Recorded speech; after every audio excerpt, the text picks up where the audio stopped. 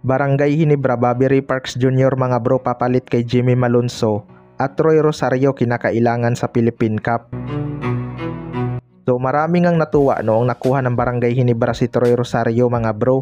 Siya nga ang humahalili kay Japit Aguilar noong nawala si C-Stand at na-injured si Isaac Go.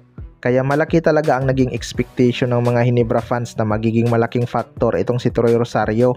Naging problema nga ni Troy last season mga bro ay foul trouble. Masyado kasing gigil dumipinsa itong si Troy Rosario mga bro. Kinakailangan niya nga next season sa Philippine Cup ay mag-ingat sa kanyang foul trouble. Malaking bagay kasi sa dipinsa itong si Troy Rosario mga bro. Wala namang import sa Philippine Cup kaya di niya kailangan mag-commit ng mga alanganin na foul. Kapag kasi na foul trouble na si Troy Rosario mga bro, inaatake talaga ang kanyang dipinsa dahil di na nga siya makadipinsa ng maayos. Sana bumalik na din ang kanyang shooting beyond the arc. Malaking bagay kasi kapag yung 4-5 ng team may shooting.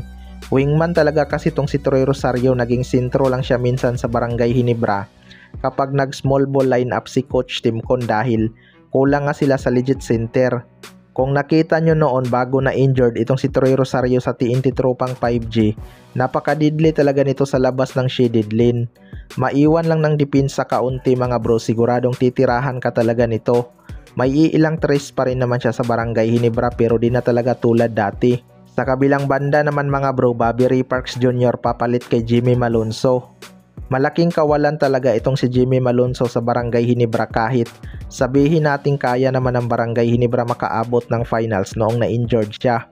Iba pa rin kasi talaga yung game plan ng kanilang kalaban kapag nandyan si Jimmy Malonzo mga bro. Kaya nga nitong mag-contribute sa magkabilang dulo ng court.